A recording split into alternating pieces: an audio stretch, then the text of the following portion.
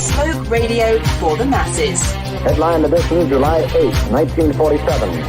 The Army Air Forces has announced that a flying disc has been found and is now in the possession of the Army. If the game is rigged, change the game.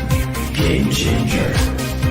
I occasionally think how quickly our differences worldwide would vanish if we were facing an alien threat from outside this world.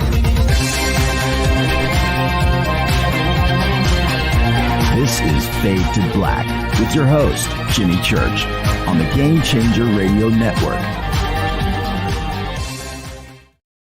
All right, welcome, Fade to Black. How you doing? Today's Thursday, May 23rd, 2024. Very excited about the show tonight. Brad Olsen is back with us, and we've had a great week on the show, another amazing week. Thomas Jane was on with us on Monday, Jim Goodall on Tuesday.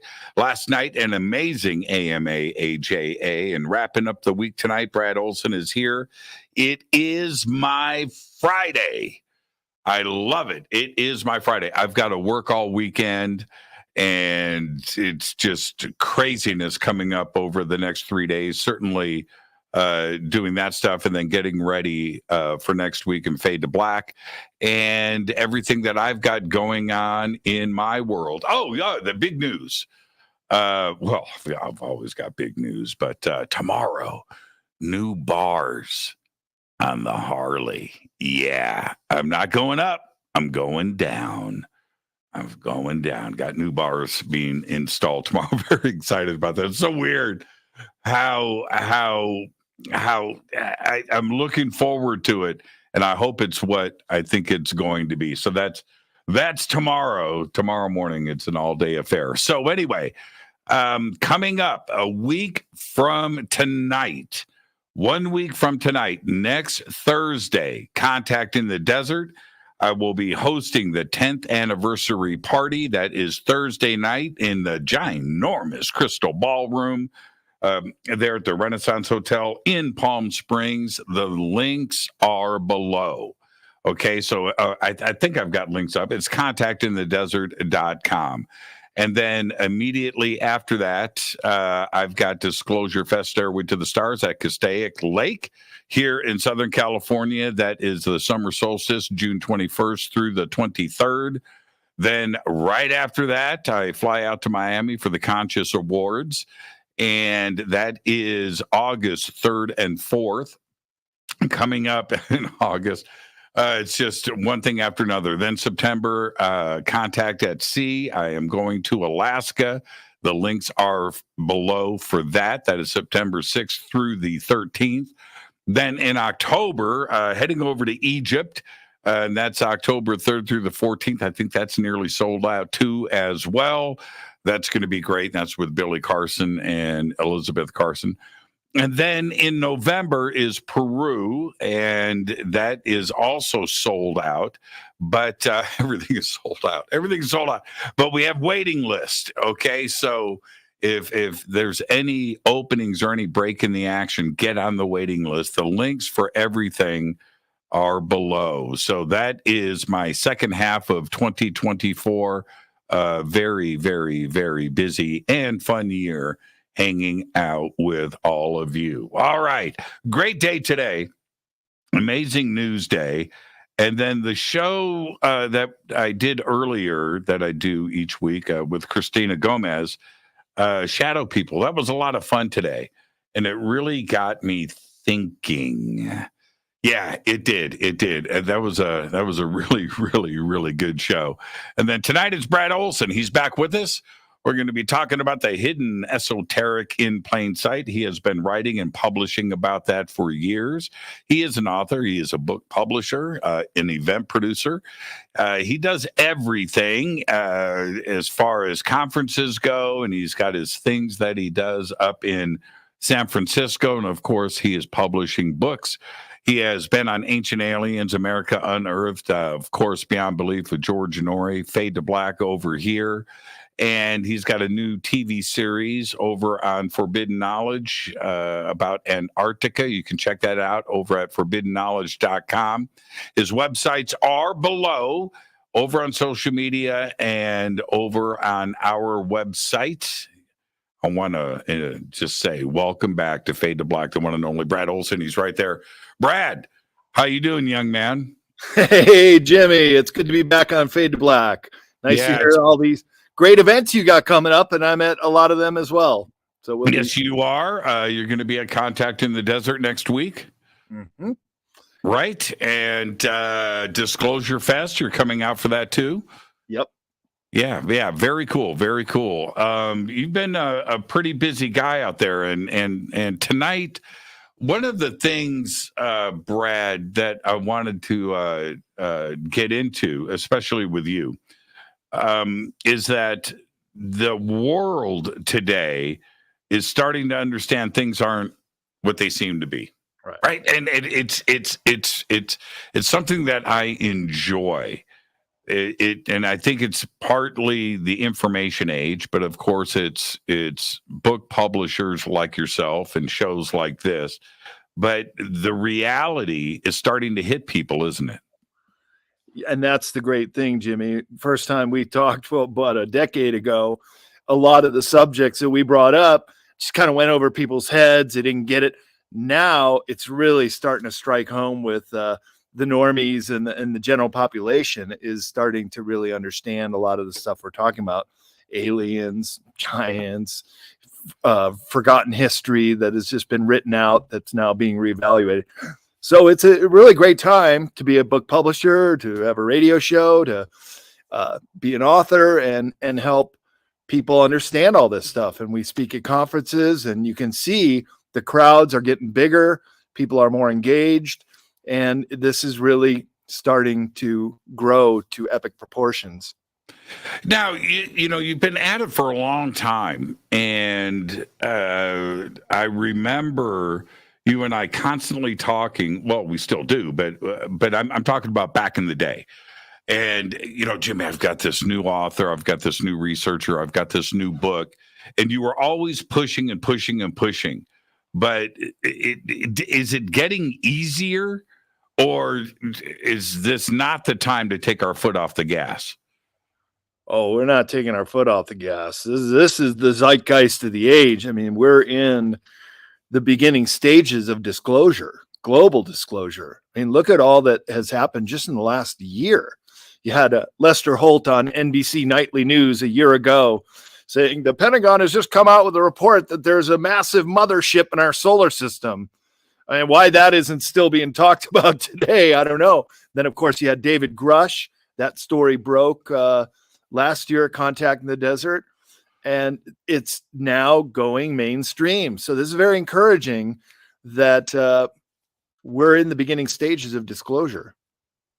Now, one of my I totally agree with you. One of my favorite things to do is, I've got lots of favorite things to do, but going around the world and looking at different sites and things. But when you go to these countries, the local population there, they get it, right? They get it because it's in their backyard. Right. Mm-hmm. But it's such a fascinating thing to be around people that don't, how do I say this correctly?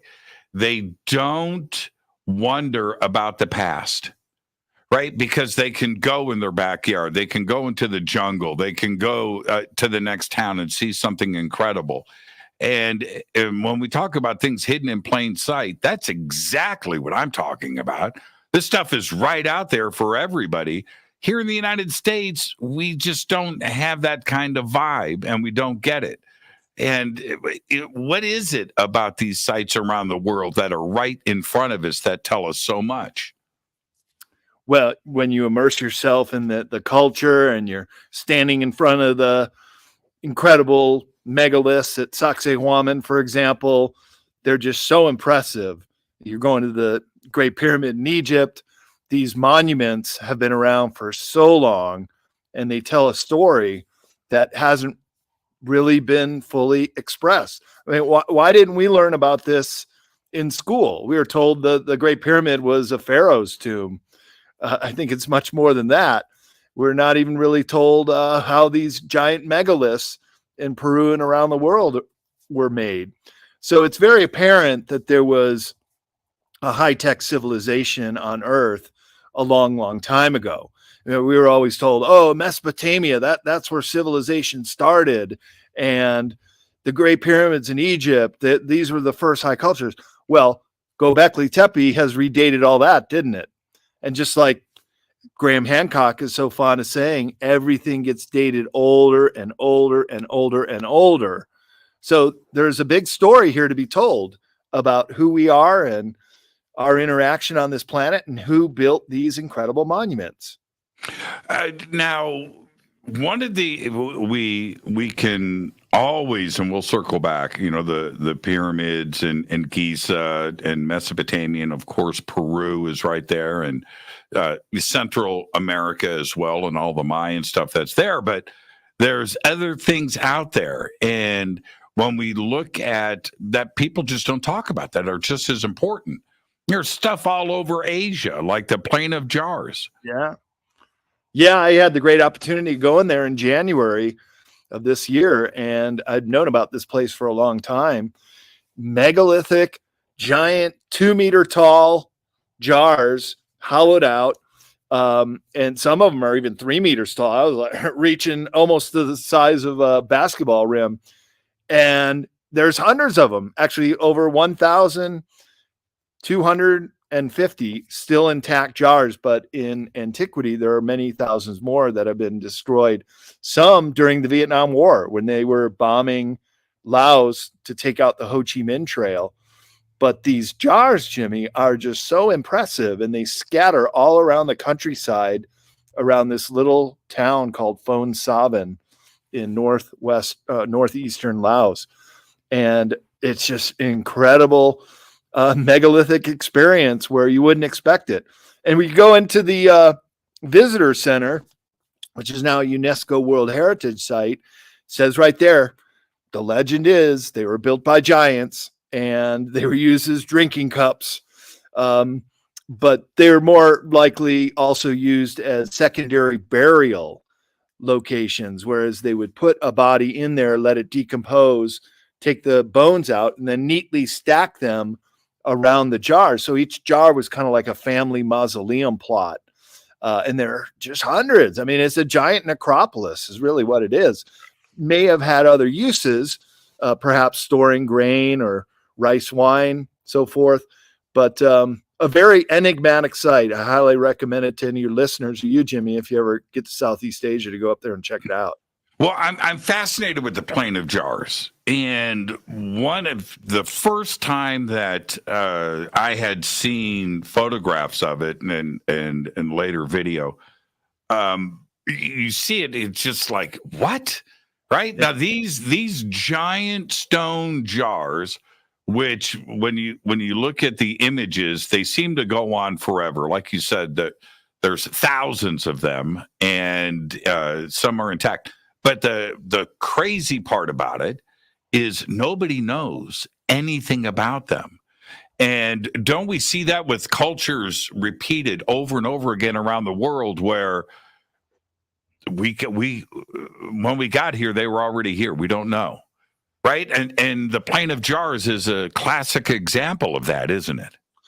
It sure is a classic example. And the other big mystery of the Plain of Jars is how they were moving these megaliths from the quarry to the actual plain itself. And it is a big high altitude plain where a lot of these jars are clustered.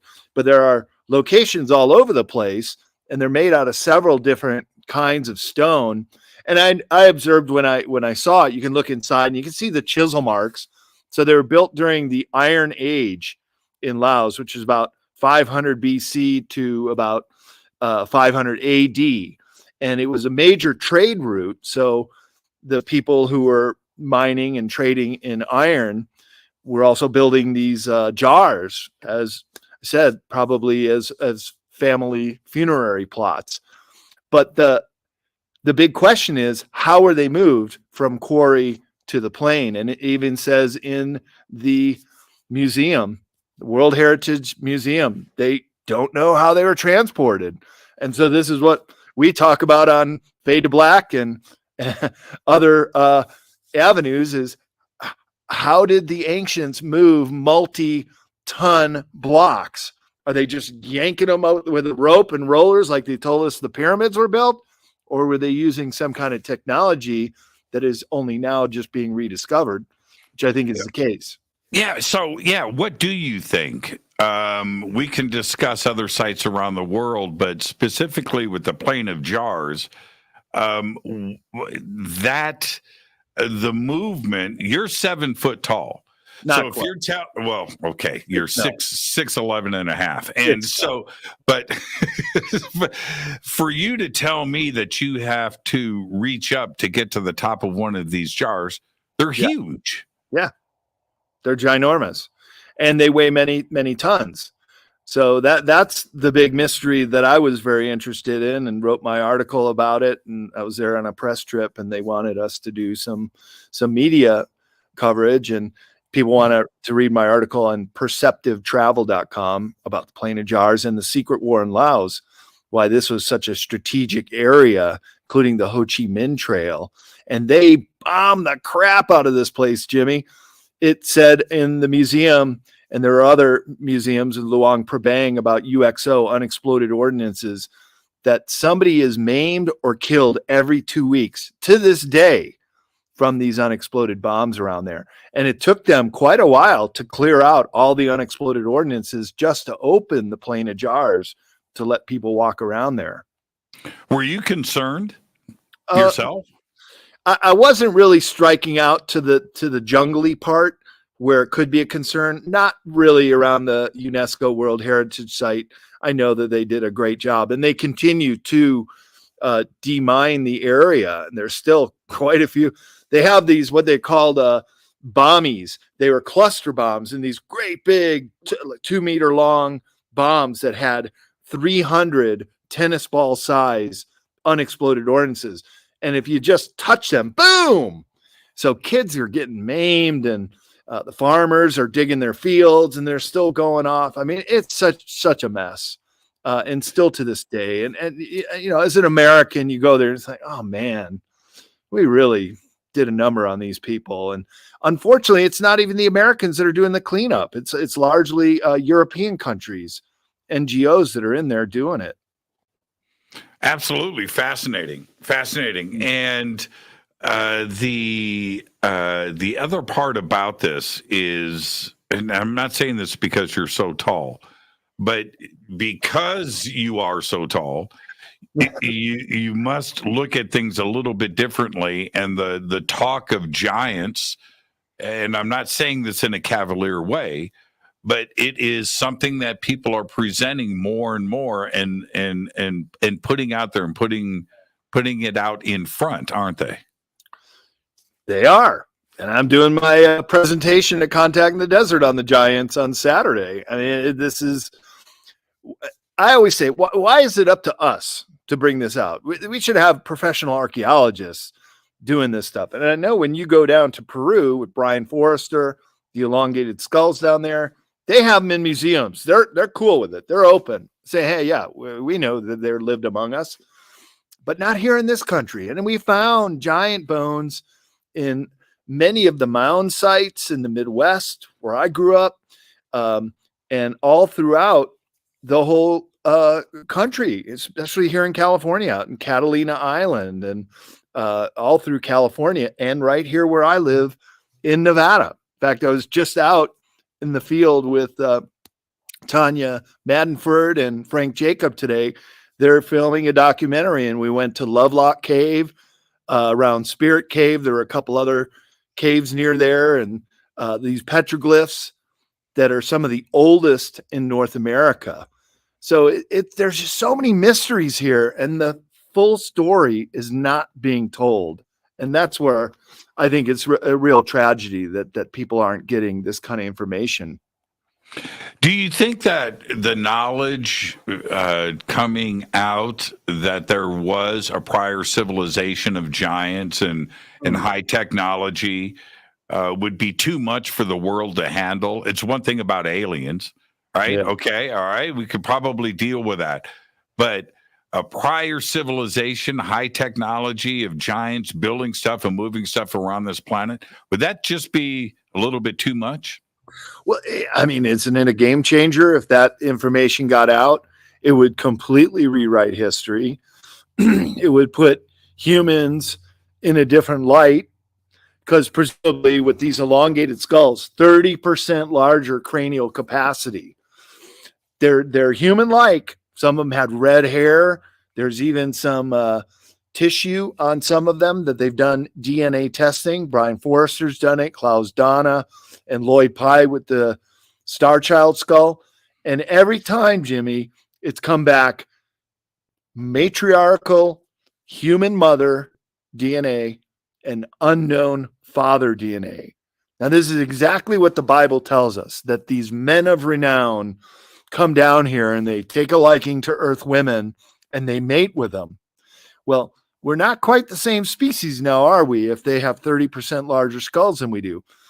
And I use the comparison of a donkey and a horse, two different species, but similar. They can mate, but their offspring is what's known as a mule, and the mule are sterile. So it could be that these Anunnaki mated with the earth women and their offspring were the Nephilim. I'll buy into that. I'll buy into that. Well, there's reasons why, but if we take these concepts and look at just us, Homo sapien sapien is 200,000 years old. That's it. That's it. There's nothing prior to that. But the megalithic work, the history that is there, something else came before us, right? And I think that looking forward, researchers like yourself and you know, radio hosts, you know, like me, will be on the right side of history. I think that's the safe side, because it's like Occam's razor. Right? There's something else that is missing here. How many times can we look for the missing link and not find it? Right. And how many times can they talk around or dismiss these giant bones literally found all around the world? I'll show that in my presentation. Not only that, but they were depicted by the ancient Egyptians, hundreds of hieroglyphic depictions of giants with normal size humans. Some are so tall, they're only about the size of the kneecap of these giants. So 30 feet tall, some of them. So we were talking about Klaus Donna. He's from Austria, and Frank Jacob knows him. And he got a heel bone out of Ecuador from a giant, and they reassembled the whole body. It's a 30-footer. And it's in Eric von Daniken's museum in Switzerland, a full model scale giant. And when you stand next to it, you think I'm tall, Jimmy. Gosh, I'm only coming up to the knee bone on this guy. They're huge. And so what does that do? Well, it completely rewrites history. And now we're incorporating these giants, which bigger skull, bigger brains, more capacity for building, perhaps even constructing these megaliths. Because look, how about a little toddler trying to pick up a cinder block? It's very difficult, but an adult can just lift it up, put it over their head and throw it. So keep growing, go to 30 feet tall. Then these megaliths might not be so heavy. In fact, I have some depictions on hieroglyphic cuneiform and the text also describing and showing giants moving megalithic blocks in ancient Egypt. So it's quite conceivable that they had a hand in the mystery of the building of these megaliths. When staying on megaliths for a second, and it's too easy to look at Egypt, and we can go there, or Stonehenge, but when you go to Peru, Peru is covered with megalithic sites. It's just drive down the road, right? That's all you got to do. That's all you got to do is drive down the road.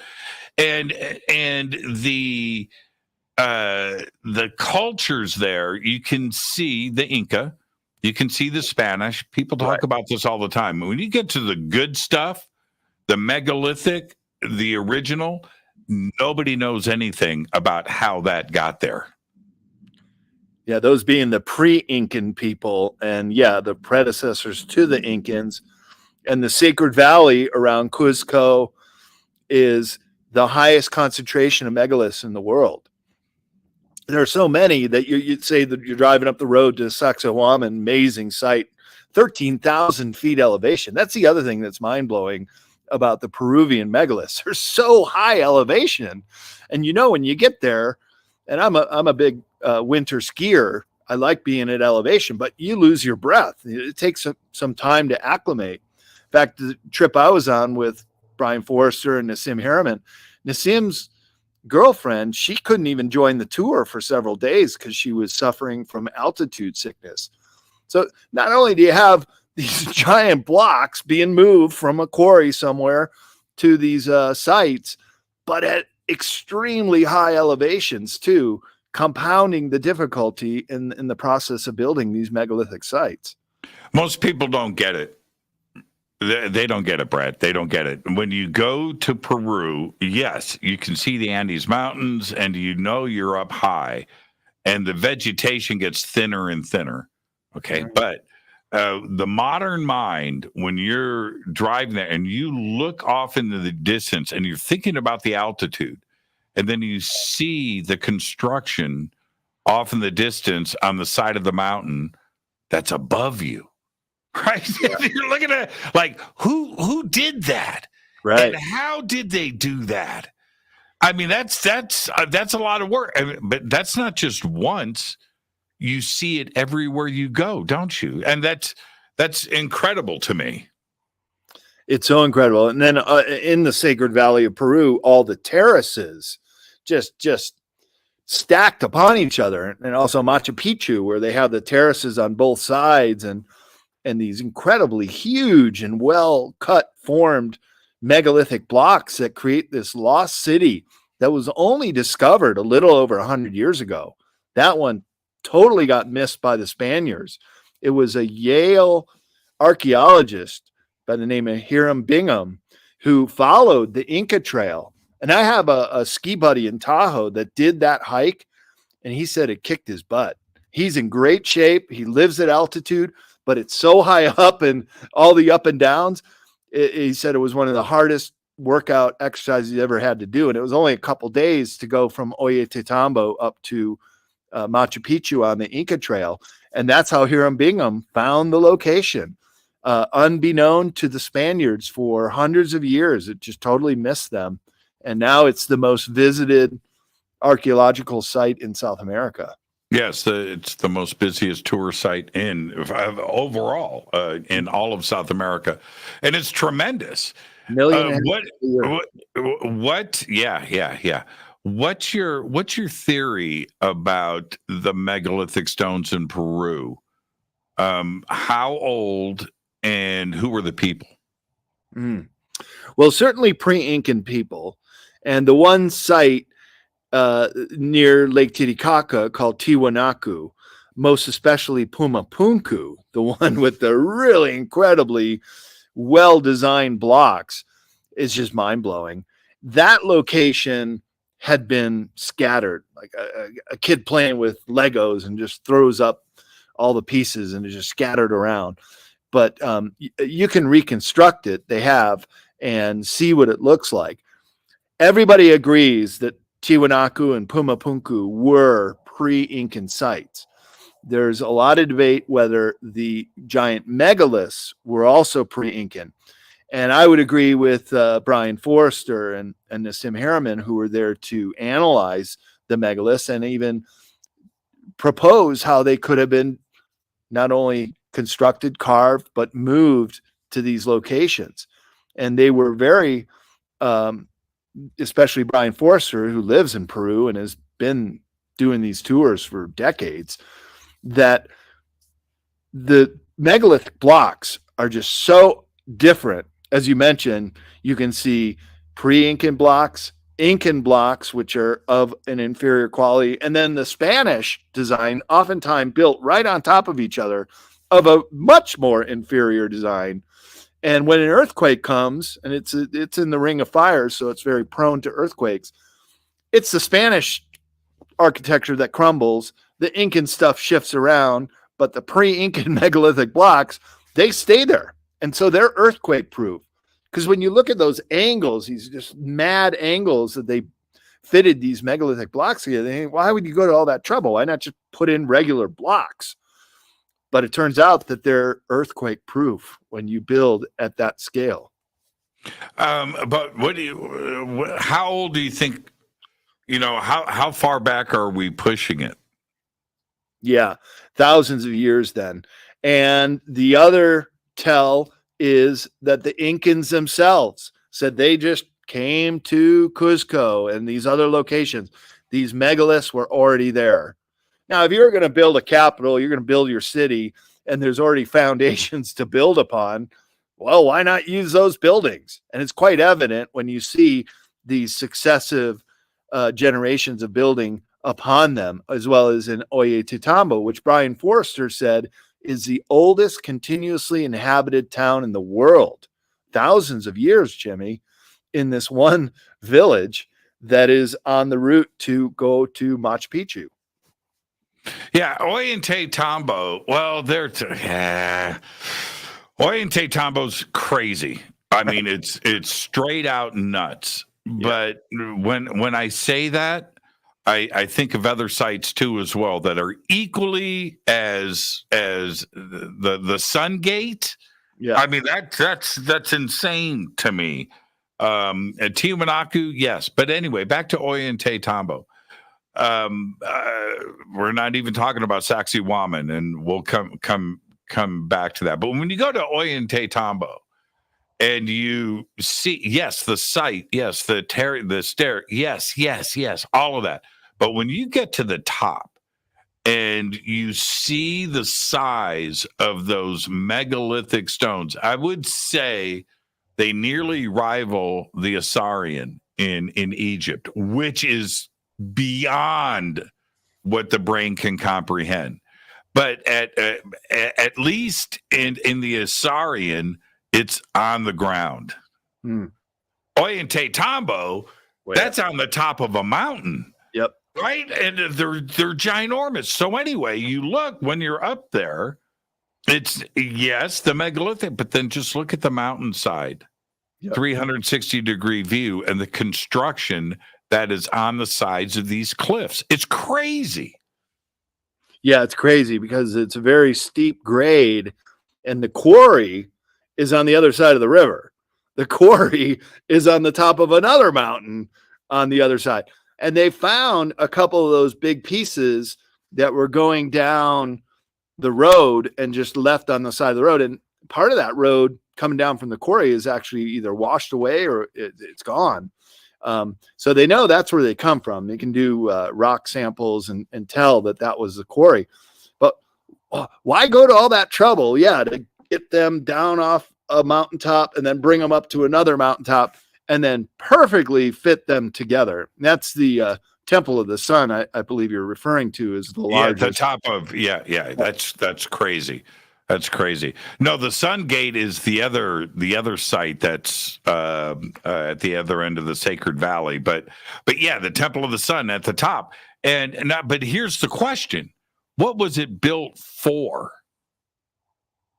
Well, they say it's a Temple of the Sun, and a lot of these sites have archaeoastronomy sightings in them. So there's also a Temple of the Sun in Machu Picchu, and the summer solstice sun rays come directly through the windows there. In fact, there's another one up the Inca Trail. If you have time, a second day, we went and hiked up to the other Temple of the Sun, several miles up the Inca Trail. It too has perfect alignments, archaeoastronomy. So it's using the astronomical projections that incorporate into these buildings. So they obviously had a very sophisticated knowledge of the movement of the sun, the stars, the moon. and they incorporated that into these megalithic buildings.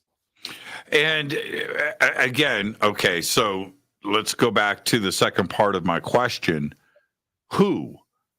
Okay, who were the peoples that did this? Because the people that are there, everything was already in place in situ when they got there.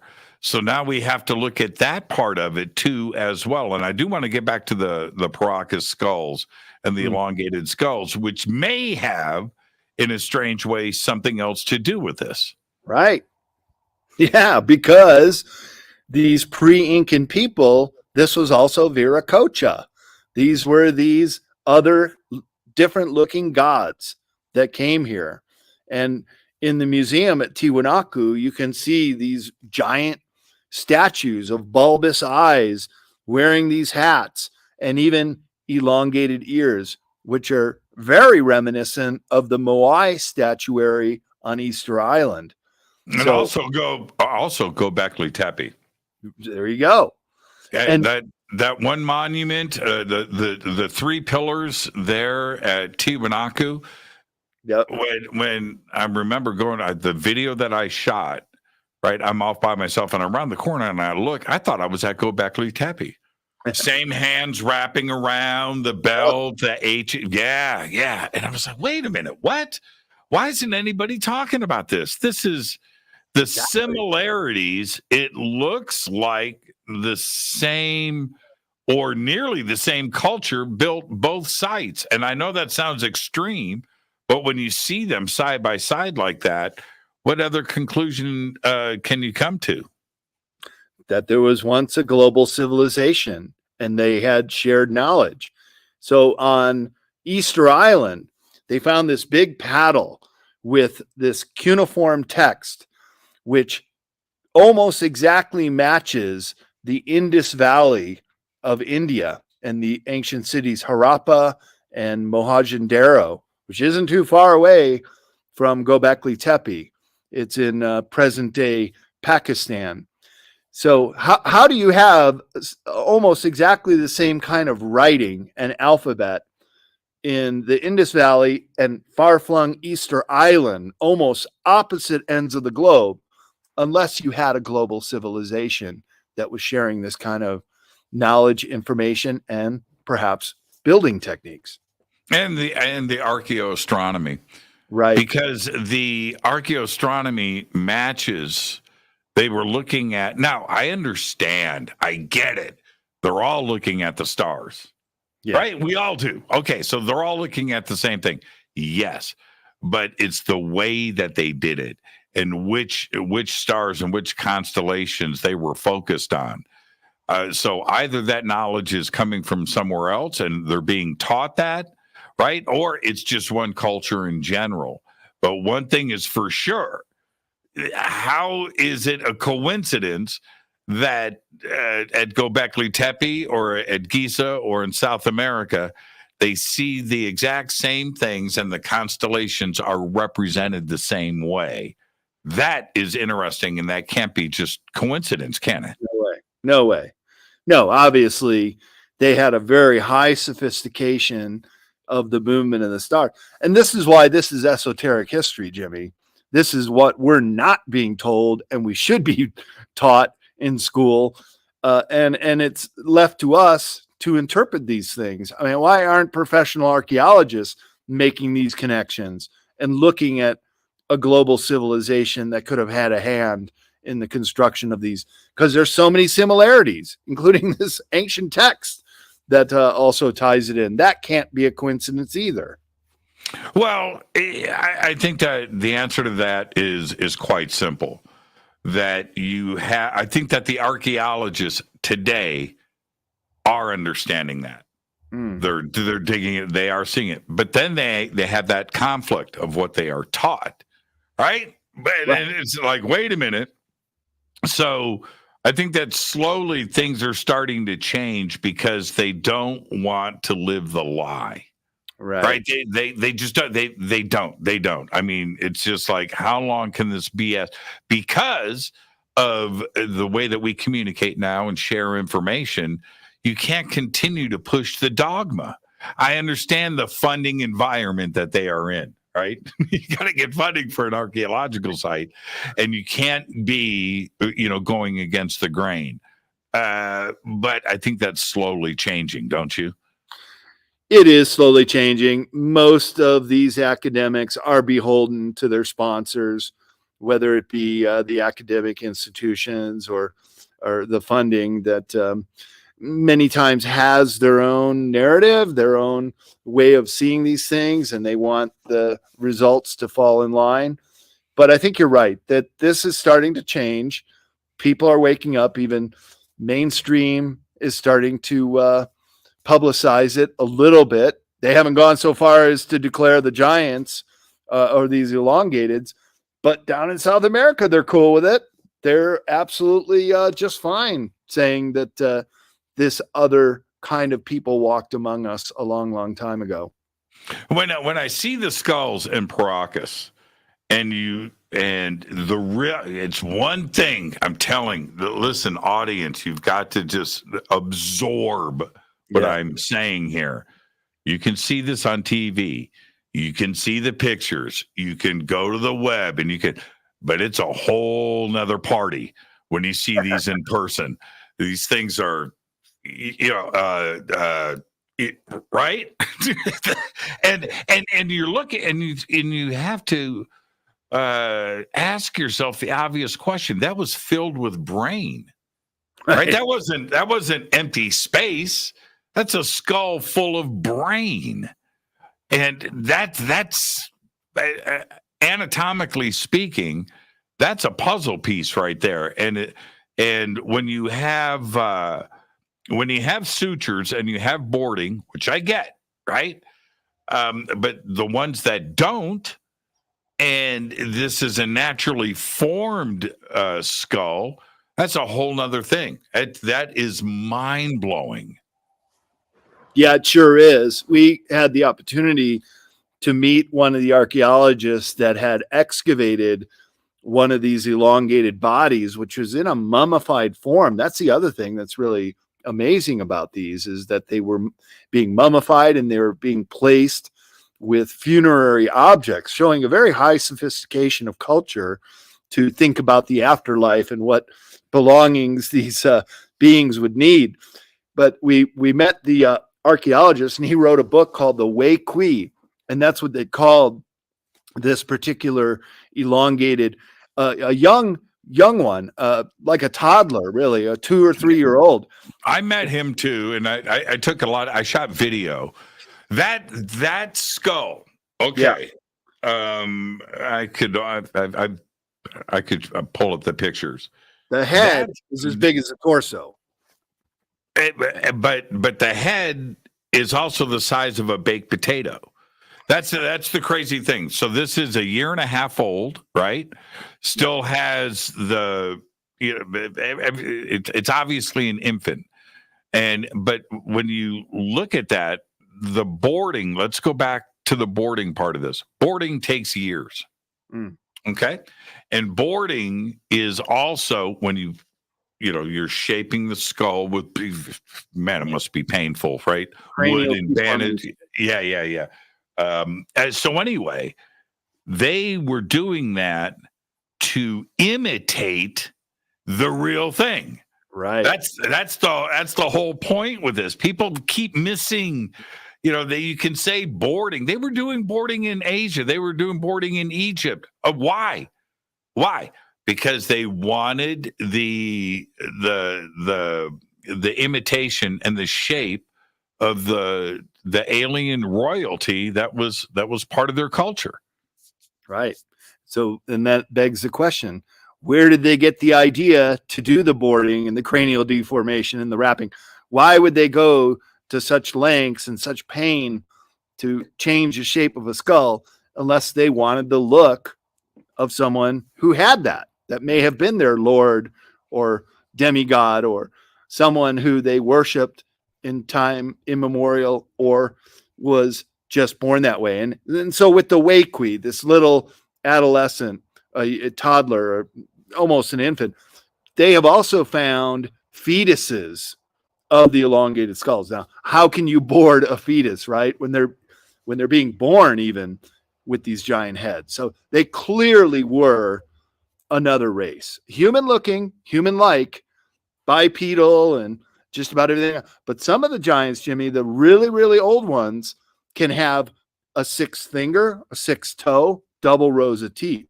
That even makes them more unusual to look at. And the infant that you and I are talking about now, adult teeth, right? adult teeth. Those are baby teeth. That's a full set of adult molars, man. That's crazy to see. It just doesn't make any sense. And the eyes, you're looking at this little skull with full size eyes on it. Mm-hmm. It's just like, what? And he sued the government. They wanted that mummy, and he sued and won, and that's why he's still in possession of that mummy. That's just an incredible thing to see. Brad, I think that's one of the examples of when we talk about things hidden in plain sight. There that is for the world to see, and nobody's paying attention. Why is that? Why do we have to work at this so hard? Well, doesn't it just upset the apple cart entirely? Aren't we completely changing the narrative that humans, we're the smartest, we're the top of the totem pole here, we're the top of the food chain? Well, you introduce these giants with bigger heads, bigger bodies that may have had some hand in creating these megaliths. We're changing the entire history books then. And so I think there's some resistance to that. You could also factor in the church. I don't think the church really wants to talk about it. There was this Italian guy named Luigi. I'm trying to remember his last name, but he spoke at a conference once. He needed an interpreter, and he lives in Sardinia, which is southern Italy. And he says there's still a living colony of giants down there. And the giants had a hand in creating all the megaliths in southern Sardinia. But he said every time somebody comes across new giant remains or another megalith that nobody knew about, but more especially the giant remains, the bones, they'll tell the sheriff or the police chief, who will then inform the Vatican. And the Vatican is Johnny on the spot, confiscating the bones, disappearing them, much in the same way our Smithsonian Institution did the same thing with the giant bones in North America. That's what's known as Smithsonian Gate here in this country. They're just getting rid of the artifacts, out of sight, out of mind, so we don't have to talk about it. Where there's smoke, there's fire, right? There you go. Yep. And when the reports, which are out there that are part of the public record, in came the Smithsonian, they took the bones and then they dumped them in the ocean. That story hasn't been told once. It's been told dozens of times. But in the ocean, they didn't take them back to Washington and store them. They threw them overboard. Right. They didn't want anybody to see this evidence, did they? No, they didn't. And I have a very well-documented case in my book, Beyond Esoteric, in a chapter called The Human Origins that have been obscured from us, that the professional archaeologist from Beloit College in southern Wisconsin, pretty close, you and I grew up in the same area. Southern Wisconsin has a lot of ancient American ruins, from effigy mounds to the big Mississippian mound sites, but also these giants. So on the bank of Lake Delavan in southern Wisconsin, professional archaeologists doing everything by the book. First, the local paper reports on it. Giants, 9 foot, found on the shores of Lake Delavan. Beloit College archaeologists doing the dig. Then it made it into the Madison newspaper. Then it made it into the New York Times. And as soon as it went national, Smithsonian Institute shows up. They're kind of like the FBI flashing their badge. Yeah, we'll be taking over this dig here. I say, hey, wait a minute. No, we've been putting a lot of work in this. We want to follow this through. Oh, well, we'll share our results with you. So they turn the dig over, very well documented, and they contact the Smithsonian a couple months later. Hey, what's the results of those giants? sir, we don't know what you're talking about. We have no giant bones. We don't know anything about the Delavan Lake guy. So they'll just, like I said, just dump them in the ocean, out of sight, out of mind. We don't want to deal with it. And end of story. When I was a kid, now I've told the story before, but I was in 4th grade. And we were going on a field trip. This is in Chicago. We were going on a field trip to the Field Museum, And the Field Museum is the Museum of Natural History there in Chicago. You have the Museum of Science and Industry, which is right there, huge. And then the Field Museum. And I had a brochure. I'm in the 4th grade. I had a brochure for the Field Museum, and on the cover of the brochure, this would have been 72, and it said human giant, right? And it had a picture of the skeleton, and it's like in the lobby or, in the center. And all I wanted to do was go see that giant, right? And I looked at that picture and I looked at that, and I thought, man, So I get to the Field Museum. And I walk in, I'm with my classmates. I go up to somebody that where's the giant? What are you talking about? The giant skeleton of the human giant. There's no giant skeleton here. What? As an adult, I have gone back and tried to find that at the Field Museum. Look, I'm, going back into, I can't find it anywhere. No, it's like it was disappeared. It's like Mandela effect, Brad. I'm serious. I can't figure this one out. Well, it's pretty obvious. They don't want you to know that. This is why this is esoteric history, when only a select few people know that these bones existed and that the Field Museum may have had a perfect sample of it. Because remember, when you walk in the lobby, there's a Tyrannosaurus Rex right bones. There.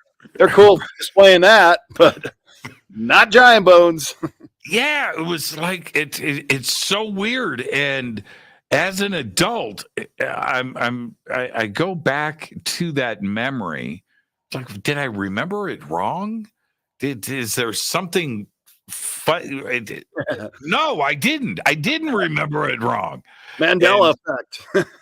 And clearly the Field Museum had something there, and now it's just it's been removed. I not from the museum, but like from history. It's weird. It's been disappeared. Of course, Field Museum was Marshall Field's, the big department store in Chicago. Big wealthy family. They're like the Smithsonian. They would collect these artifacts. So they most certainly knew of the giants in the Midwest because of the mound sites and the effigy mounds and all the geometric shapes. I mean, that's the other thing. People really don't know that there is so many of these ancient American locations with also very sophisticated archaeoastronomy measurements and sightings that can be done from them. So why don't we know all this, Jimmy? Why weren't we taught this in school? We got to go find this stuff out ourselves and go travel down to Peru and around the world and go see this stuff to piece together this mosaic. And I think it's a tragedy that it's being omitted from our curriculum. There used to be, and there were mounds. We have some left in America. Oh yeah, but they were all over the place. All over, and they just leveled them out for farming. Yeah, right. That's it. That's it. Homesteading. And we got all these hills in the back of this. Let's just. What are they doing here? And literally, they just leveled everything out without any concern of who built them or the importance of it. We literally just turned the East Coast all the way to the Mississippi River into a parking lot, right? All of that indigenous stuff was just moved and leveled out. Yeah, it was mostly a farmer's plow, and over 90% of the mound sites in North America were just plowed over. And if they did find any artifacts, then they would set up a little roadside stand, and off they go. So much of that has been lost. Just 1 week ago, I was in near St. Louis, Missouri for the Journey to Truth conference.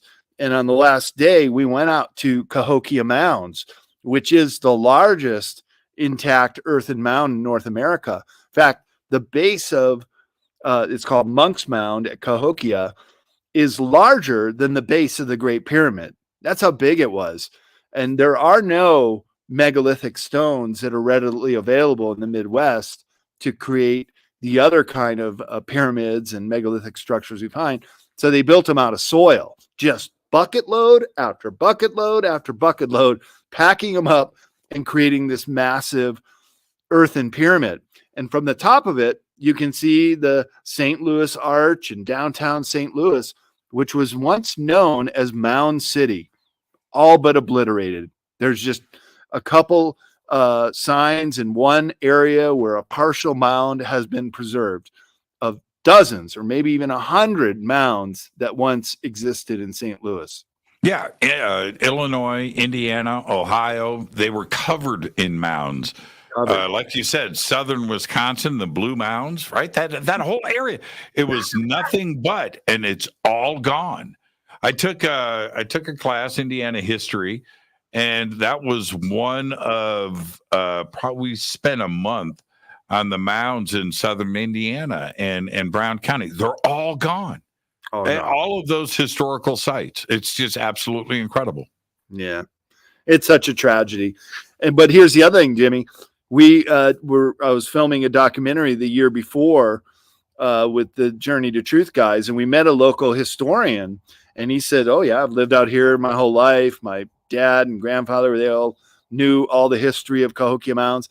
When they were excavating Cahokia Mounds, they found giant bones, just in the same way that the Birdman effigy at Devil's Lake in southern Wisconsin, there was once a giant buried in it.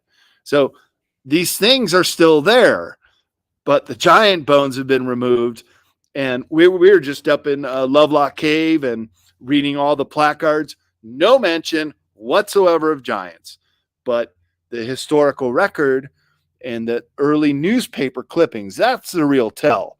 When the newspaper covers it, and you can read these old articles. In fact, Hugh Newman and Jim Vieira did a great book. It's about this thick, and Richard Dewhurst did the other one, Ancient Giants in North America. It's just 500 pages of newspaper articles of all these giant bones that were found before it could be suppressed and after the bones were removed. And sometimes they were just sold at roadside stands.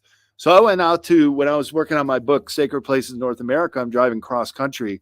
I went out to Spiro Mounds in Oklahoma. And there, the old newspaper reports talked about a giant wearing a suit of copper. And I met the historian at Spiro Mounds. I said, hey, whatever happened to that giant? He's like, I don't know what you're talking about. Oh, there's all these newspaper articles that reference this giant wearing copper armor. What happened to him? Sorry, sir, can't help you. Never heard of it. So I don't know. Are these guys just not knowing, or they lose their job if they talked about it? But I believe the old newspaper articles more than the sensationalized story that they were just. Yeah, well, see, growing up there for me, Chicago, Indiana, Michigan, it was part of, and this is in the 60s and 70s. It was part of the conversation that the majority of the mounds had giants. I mean, that was the common this was not some far-reaching thing. This was the thought process that these mounds had the bones of giants in them, and they were all over. This is not, and some people that hear this today, they think that you and I are talking about some fringe topic or something that, is outside of the box. This was the discussion that was going on back then, wasn't it? Yeah, it sure was. Abraham Lincoln even referenced the giants in a speech he gave at Niagara Falls. It was very common knowledge in the 19th century that there was this, some of them called them the lost tribe of Israel, this 12th tribe. This is what Mormonism is predicated on, that there was this lost tribe and these golden tablets that were found. And the Mormons then migrated out to the Salt Lake Valley in Utah. And I went to Joseph Smith's birthplace in Vermont.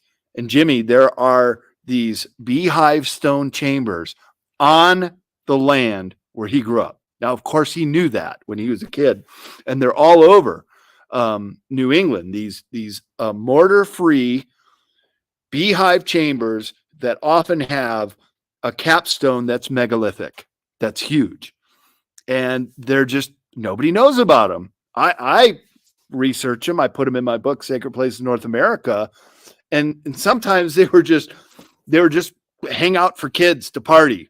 The one in Upton, Massachusetts, the Upton Stone Chamber. Now it's a city park. They preserved that one, and one of the best, which, by the way, archaeoastronomy views right out the front door, the front chamber, which you have to bend down to go through, and then it opens up like a 14-foot ceiling with a megalithic capstone. It was flooded with water.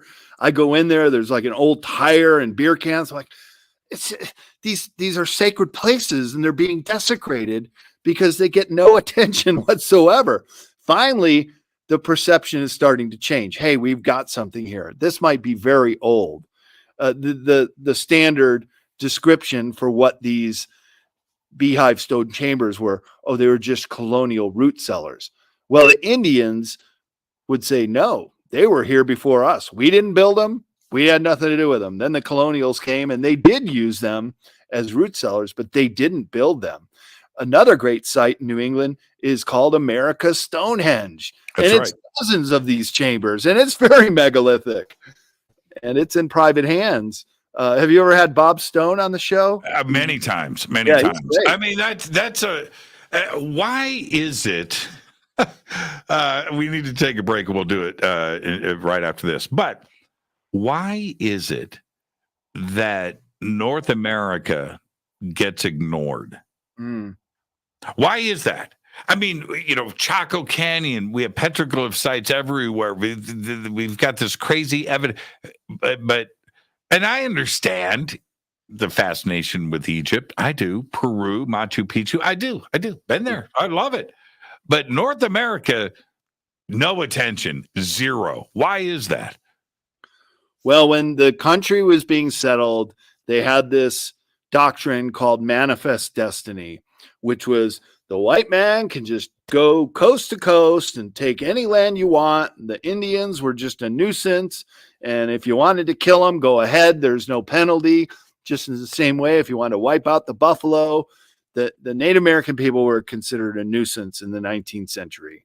And all the genocide is very evident of their lack of respect, because they didn't want to give them any kind of high status, that this is really their land, even though they made reservations and originally told them some of our western states like Arizona was going to be Indian territory, and Oklahoma as well. Eventually, the fork-tongued white man took that away, and they took it all away. How can you say Columbus discovered a continent that was already inhabited with 100 million people in 1492? And he never even knew that he had discovered a new continent. That's why we have the misrepresented names of the West Indies and the Caribbean. He thought he had discovered islands south of India, and why we call our Native American Indians. They're not Indians at all. Far from it. So there's a lot of misinformation about the Native American people, who are very sophisticated. Talking about archaeoastronomy, the medicine wheels in Wyoming and Canada and the Great Plains, also perfect archaeoastronomy alignments. There's a wood henge at Cahokia Mounds, same thing. They were very concerned with the movement of celestial bodies, and they were far more sophisticated than they wanted to give them credit for. And so this whole doctrine of manifest destiny is just, hey, it's a white man's world. Go take what you want. Don't worry about the Indians. They're just going to have to step out of the way. So I think it had a lot to do with the colonization of this continent and not wanting to grandize the Native American more than they wanted to. Spanish did it with the Mayans. Yep. Spanish did it with the Incas. You know, we did it with the indigenous cultures from the East Coast to the West Coast here in the United States. And the evidence is left behind, obviously, with the Mayan cultures and Peru and Inca and Machu Picchu. Here in the United States, when you talk about archaeoastronomy, we have Chaco Canyon. And Chaco Canyon is not what you think it is, people. Chaco Canyon is ginormous. And there's multiple ceremonial sites that all align with the stars in the heavens. And that's absolutely incredible. But again, you can go visit Chaco Canyon and be the only person there. Right. And it's a little bit hard to get to. You got to take some dirt roads to get there. But I agree with you. It blew my mind when I went there, when I was researching sacred places in North America. And there's a high mesa, a butte, where they have this sun dagger, it's called, which is a petroglyph in the wall that only illuminates during the summer solstice. And that's no coincidence. As well as the kivas, which also have rooms. Kivas were once covered with wood, which is now mostly gone.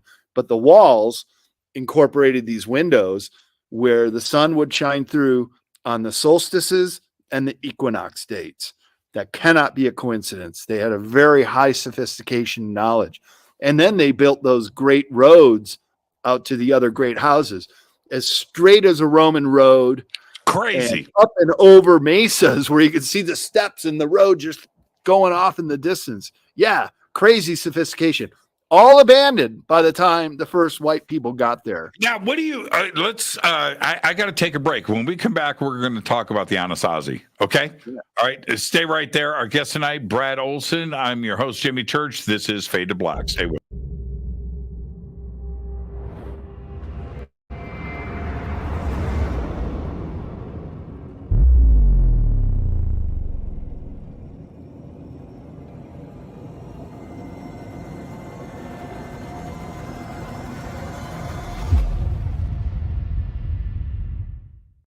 Subscribe to our YouTube channel to get your alerts and access to over 2,000 videos. Click that subscribe button right now.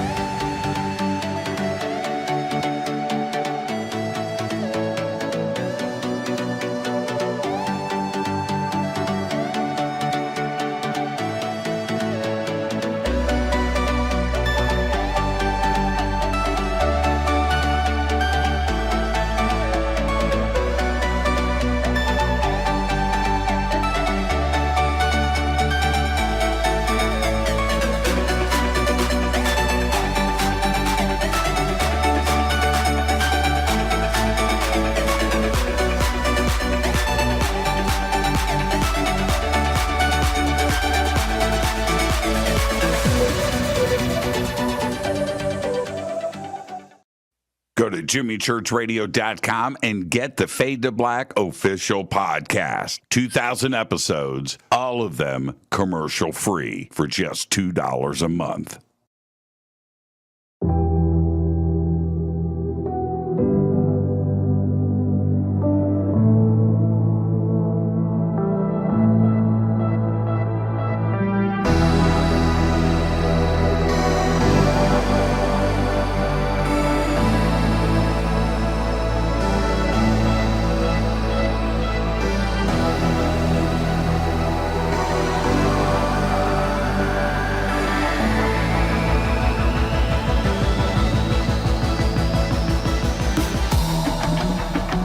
This is Jimmy Church. Please visit and explore Egypt this October 3rd through the 14th, 2024 with Billy, Elizabeth, myself, and very special guest and the #1 podcaster in the world, Sean Kelly.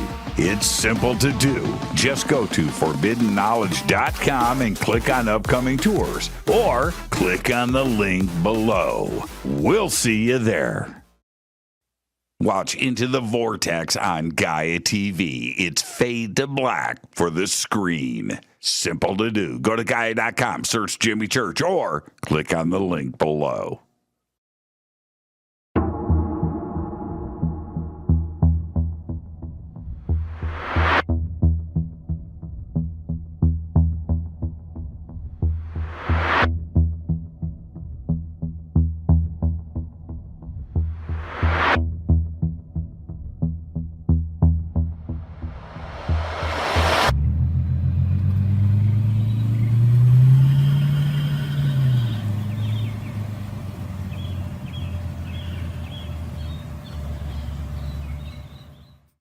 Follow Fade to Black on Twitter at JChurchRadio. Get all of the show updates every single day. It's now called X, but who cares? How you doing? Jimmy Church here. Special announcement. Get your Fade to Black t-shirts. That's right. Help support the show. Help support everything that we do over here. We've got 2 t-shirts. We've got 2 ways to get them. And right now, if you get a Game Changer membership for a limited time, you will get Fade to Black Blend coffee with your Game Changer membership.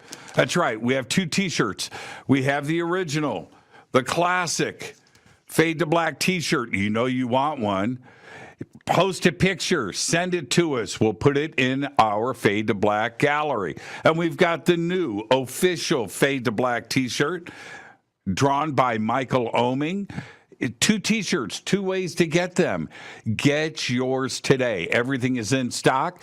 Everything gets autographed. Everything includes shipping. And you're going to get a tracking number. And with the Game Changer membership, you get an email to me. You get unlimited commercial-free downloads of the show. Those are uploaded every single night after the show to the website. So don't delay. Get your Fade to Black t-shirt today. Go Backley Tappy. Go to jimmychurchradio.com and become a Fadernaut. Get a membership. That's right. Everything is commercial free. You have access to downloads, and you get to call yourself a Fadernaut. River Moon Coffee, makers of the Fade to Black blend. Truly the best coffee on planet Earth. Just visit rivermoonwellness.com or their Amazon store. It's all simple to do. You can check out the Fade to Black blend, the Game Changer blend, or any of their Black Moon Wellness products. It's the only coffee I drink. It is the best, and it's Doc. Again, rivermoonwellness.com.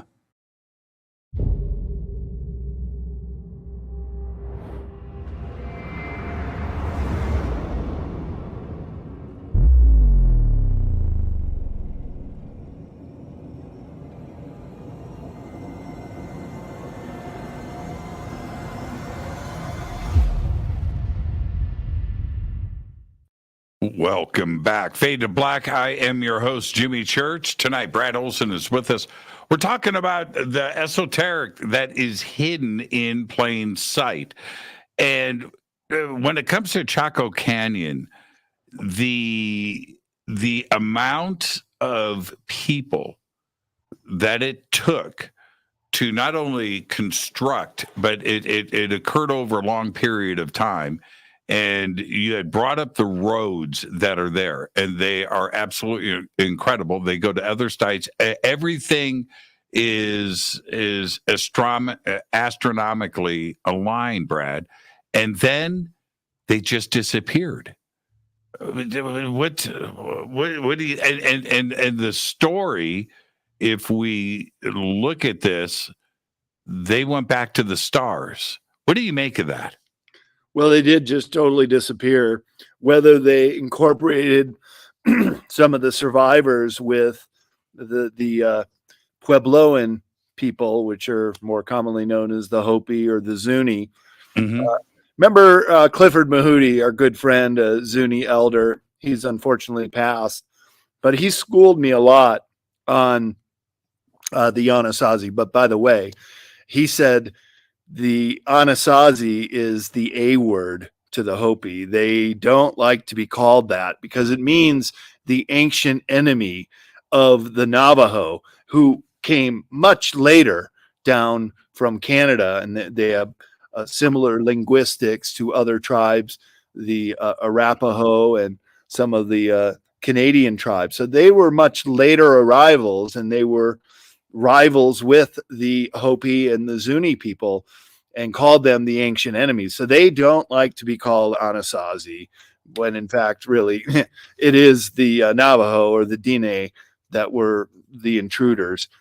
They like to be known as the ancestral Puebloans. Clifford Mahooty said that their lineage goes all the way back to the time of Lemuria. His presentation just blew me away when I saw him give it at a conference. He was so well spoken. And he says that they have been on the North American continent for thousands of years and were the ancestors of this great culture that lived in the Pacific called Lemuria or Mu. Yeah, I remember when I brought up the Anasazi with Clifford. He said, "Man, that's just it's kind of derogatory, man. It's a word that we don't like to use." But when we go back to that part of history, it gets really, really foggy, and it came from the stars and then went back to the stars, and that's the best way to look at it. Somewhat similar to the Mayan. By the time the Spanish got there, there were very, very few in numbers, unlike the Aztecs, which they, of course, did conquer their capital of Teotihuacan, where present-day Mexico City is. But the Mayans of the lowlands and the Yucatan Peninsula were largely disappeared. So much similarities there to these great Mayan cities just being totally abandoned, similar to Chaco Canyon. It's very well known that they had a very robust trade with the Central American high cultures. For example, in Wapatki, which is just outside of Flagstaff in Arizona, in the shadow of the San Francisco Peak, where the Kachina, the gods of the Hopi people, would reside, and the three mesas of the Hopi are within view up there in northeastern Arizona. But in Wapatki, where they have a ball court, very, very similar to the ball courts that were played in the Mayan high culture, they have found feathers from toucan birds that could only live in tropical countries, shells from the Gulf of Mexico, and obsidian for arrows and knives way up in Wyoming near Yellowstone. So a very robust trade was occurring in ancient North America. And you would also say the exchange of cultural ideas as well as the architecture. One thing I found very striking with Cahokia Mounds in Illinois, just across from St. Louis, was how you have a central mound pyramid with a big open plaza flanked by these other smaller mounds, just like in a Mayan city. And so, of course, if you took a canoe down the Mississippi River, pop out in the Gulf of Mexico, just follow the coastline around, yeah, you could be in Mayan country within a couple months. So I think that exchange of information and exchange of culture really expanded far more than a lot of the historians and archaeologists are willing to admit. But it's evident in the design of these cities. The petroglyphs throughout North America, we can find them everywhere, but there is, I think, in each one of them, it's an origin story, but we don't understand what was written. And you've been to Grapevine. and Boulder City, Nevada, and that petroglyph site. When I went there, which is just incredible, there's more petroglyphs there than anywhere in North America. They have over 750 in that canyon, and they're incredible. So I step back and I look. I'm thinking to myself, and I don't understand what I'm looking at, but they're telling us something. Yeah. There's a story here. You can see it, and it's all going in one direction, and you can just start from the beginning and go to the end. And then I jump into some research on Grapevine. And what I find out is that the Mojave Indians say, nobody knows who did those petroglyphs. The Mojave Indians say that when they got there, and they're called the Mojave in the Mojave Desert, that the petroglyphs were already there. So they don't know who did them and or when. And the dating right now, and there's very little information. It's like archaeologists, you've got a gift, right? Grapevine, it's right there, right? And they don't know how old it is. And the guesstimates are around 2,000 years old, but they don't know. And there's an origin story there, and nobody wants to get to the bottom of it. It's like esoteric, hidden in plain sight. Right. And our true history of ancient America obscured and not told in the history books. I was just out at a petroglyph site today I'd never been to before, not too far from where I'm at in northwestern Nevada here, called Grimes Point, just outside of Fallon, Nevada. And there were some caves there. We're going in search of these giants that were found at the high water mark of a late Pleistocene, that is during the Ice Age era, caves where these mummies of giants were found. And this particular petroglyph site called Grimes Point is just all these boulders that are just covered in petroglyphs and these holes that were carved out.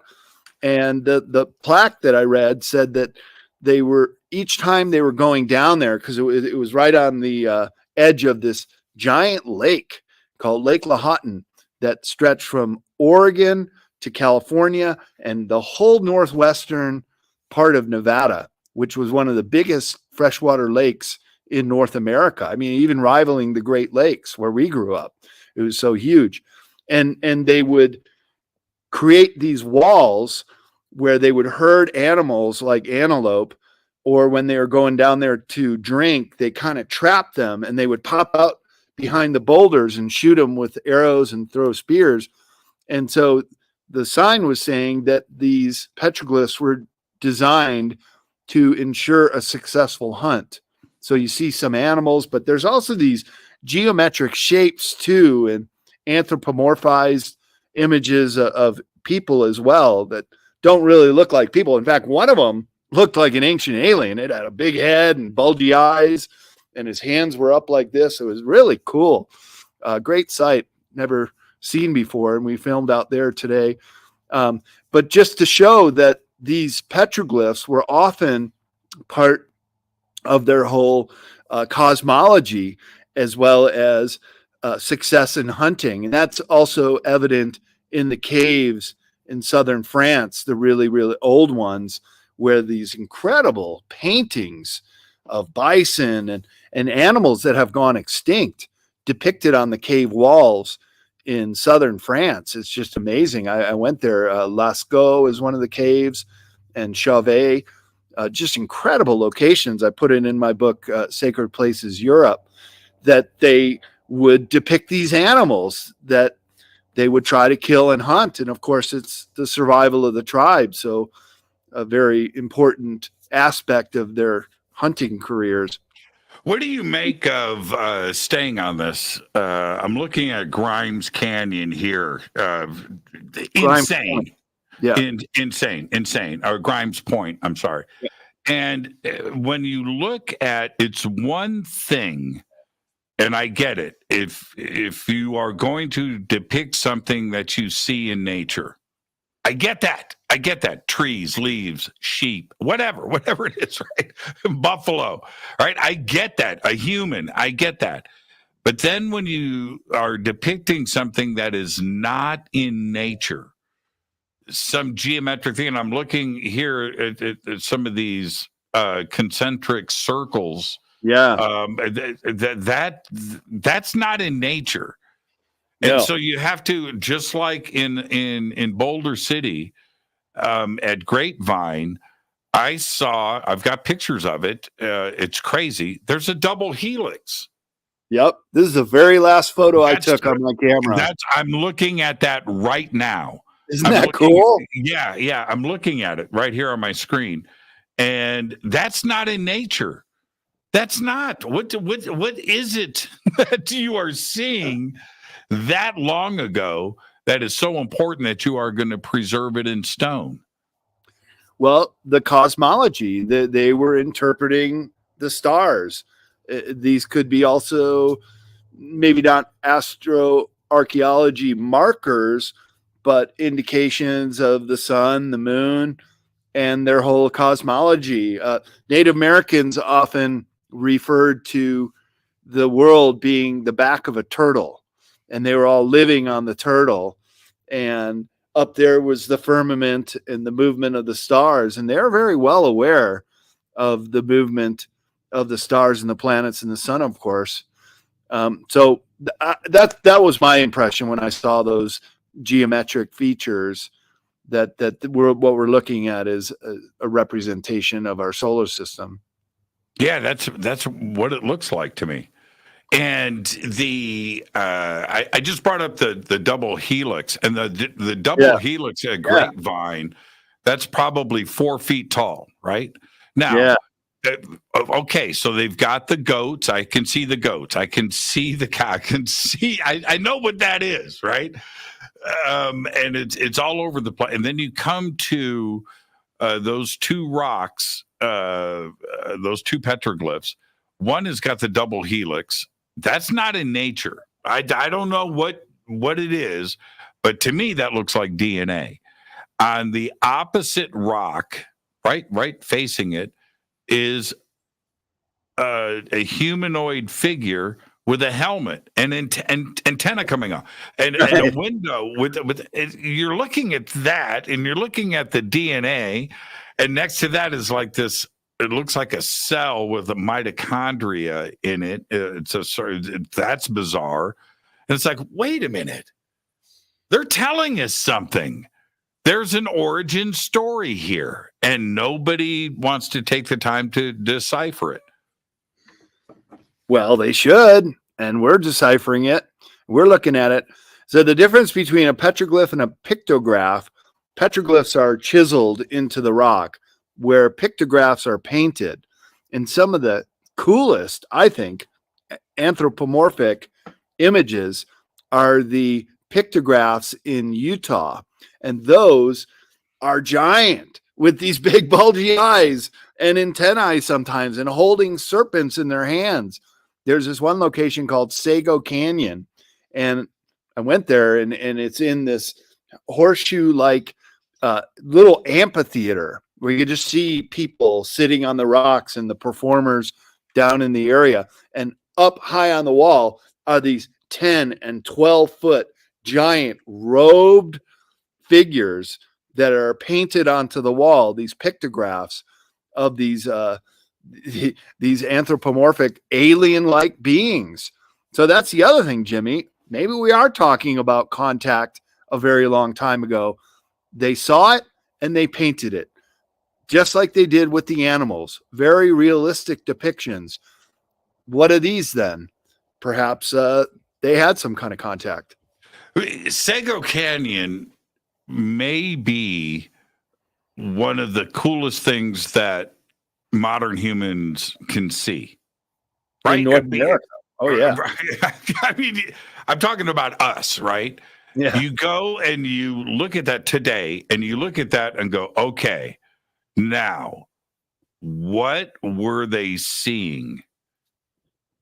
Because they're painting, right? They are duplicating a scene, right? They're duplicating, and it's not the figures, and you can help me out here. The figures almost don't repeat, right? They're all different. They are. Yeah. You know what I mean? It's not like it's a group of identical. No, everyone, crazy antenna, crazy horns, crazy eyes, crazy helmets, multiple things, right? Just weird torsos, and they're all grouped together. So what is it? It's like the Galactic Federation. It's like the bar in Star Wars. Yeah, right. And their robes are different. You can see that there are different designs on their robes, and it's like they're the watchers. They're just up there on the wall looking down at the humans in this ritual area, doing their dances, their powwows, and it's such a cool place. That's not too far away from Canyonlands, where there's more of these anthropomorphic figures. In fact, they're scattered all over the whole Southwest, including the Kokopelli, the flute player, is a common occurrence throughout the Southwest, like the Pied Piper of the Anasazi or ancient Puebloans. And I've been to Skinwalker Ranch a number of times. That's in northeastern Utah in the Uinta Basin. And not far away from there are some of the best pictographs of these anthropomorphic figures that are chiseled into the rock. And they too are much larger than life. Were they depicting giants? Were they depicting extraterrestrials? Or were they just self-aggrandizing themselves and saying, hey, here we are wearing our garb, carrying our weapons with sun shields around them, also displays of the cosmos all around them. So, man, so much in the way of these pictographs and petroglyphs that tell this story of the ancestors that lived in North America that so very few people know anything about. The idea behind Skinwalker, and here's the thing. Okay. Something's going on. Yes. Clearly something is going on. Now, I don't know if it's as far reaching as the show wants to make it. I don't know. I truly don't. But then when you look at the petroglyphs and you start tying in the ancient evidence to the modern scientific research that's going on at Skinwalker, you have to back up and say, wait a minute, there might be actually something here. Mm-hmm. For me, Brad, the mesa at Skinwalker, and this is where I get criticized, but man, I don't think that's natural. I think there's something big that's been there for millions of years, and that mesa is just the collection of dirt and rocks over a million years. That's my take, but I think that there is something underneath that mesa.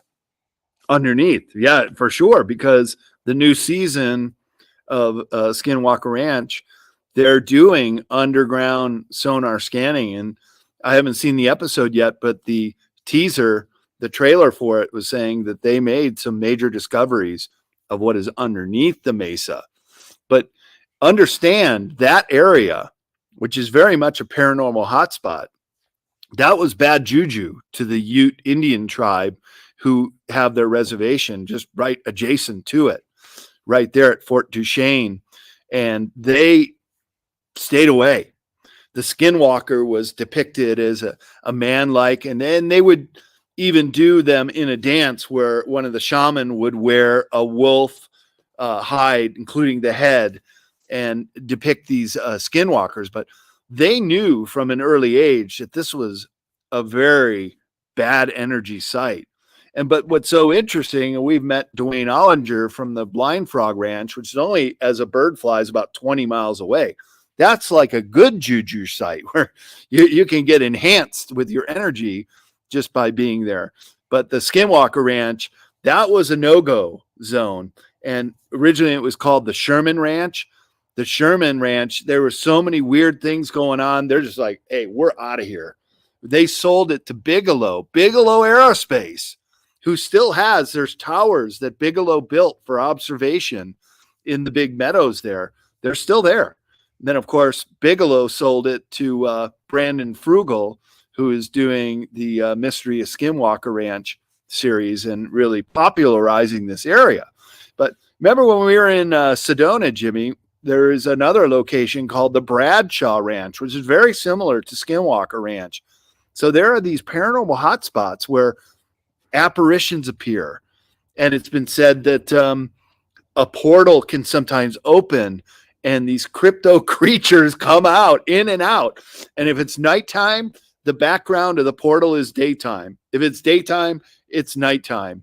And from Bigfoot to these wolf men to all kinds of creatures. Jimmy, the first time I went there, my friend has a ranch right adjacent to Skinwalker called Space Wolf Research.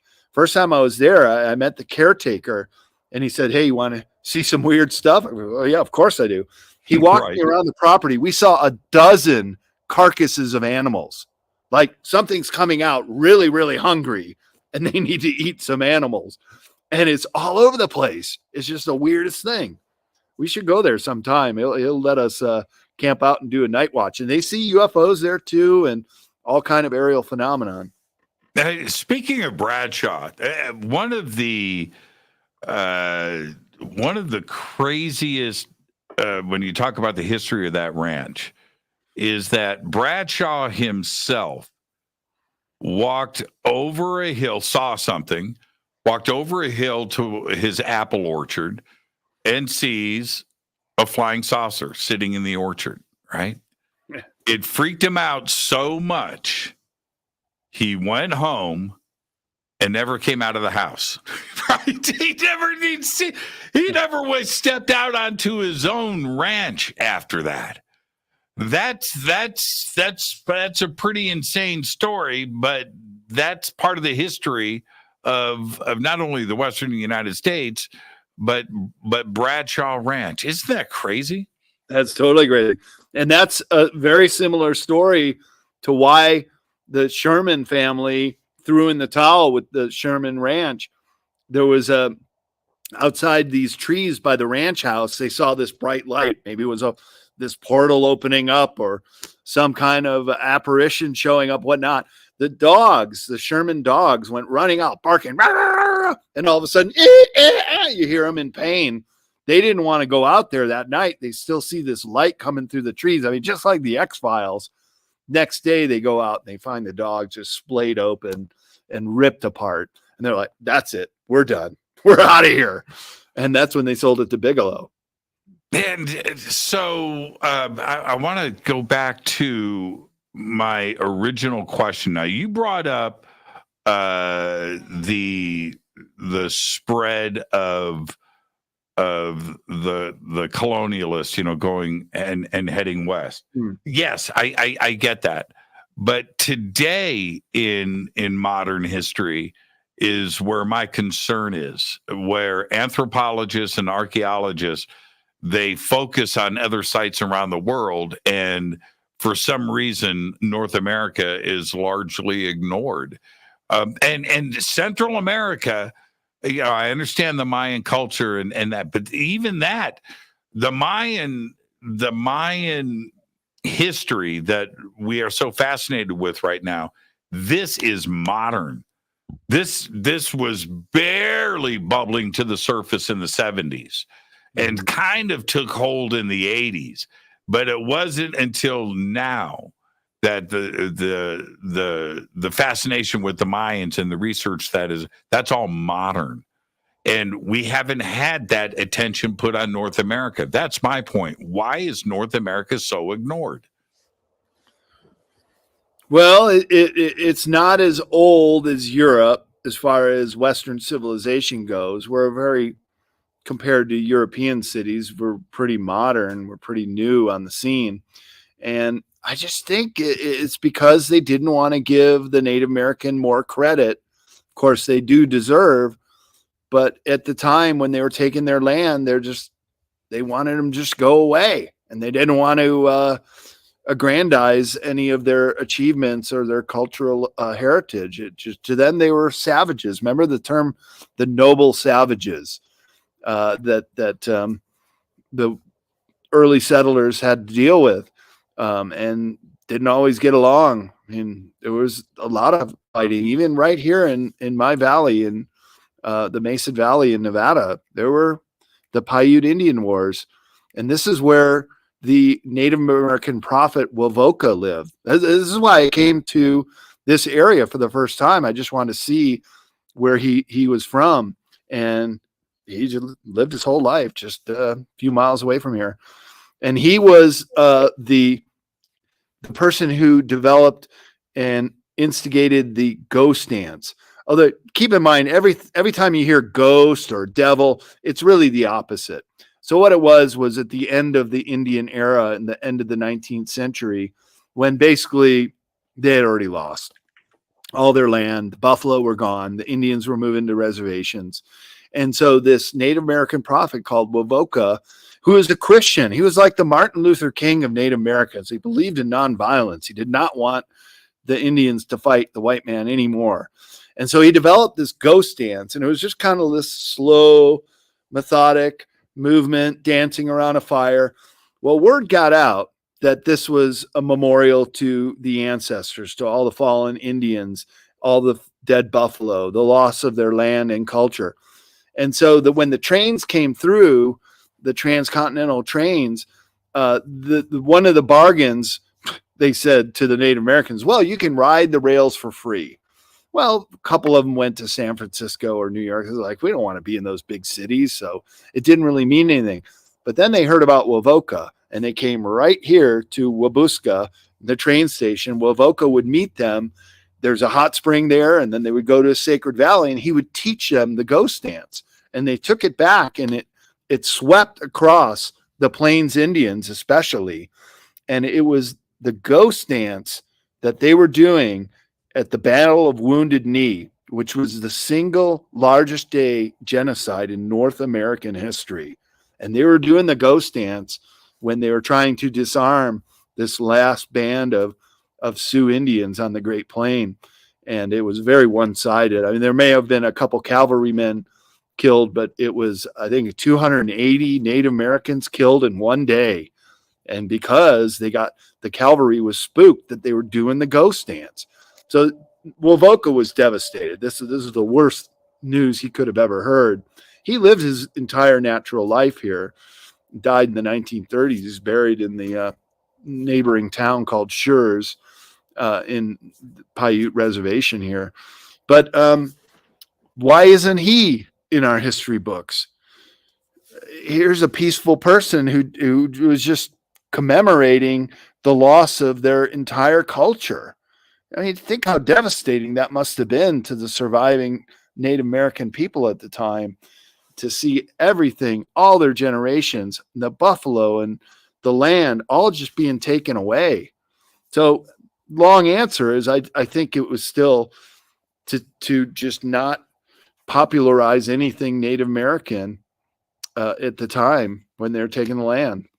You know, it parallels the story of Maria Reich, who, and here the Nazca lines, right?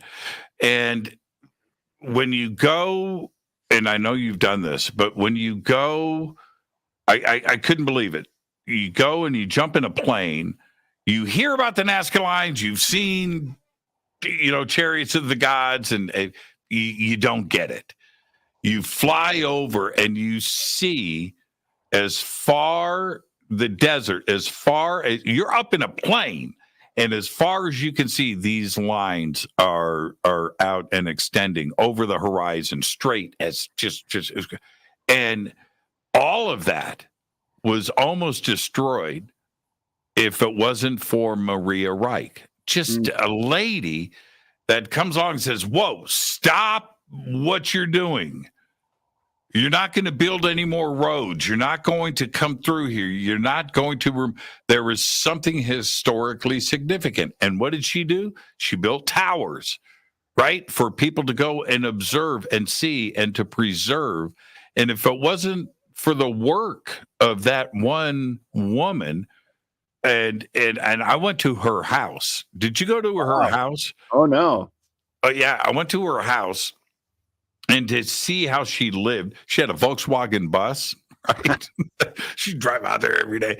And if it wasn't for her, there's no Eric von Daniken.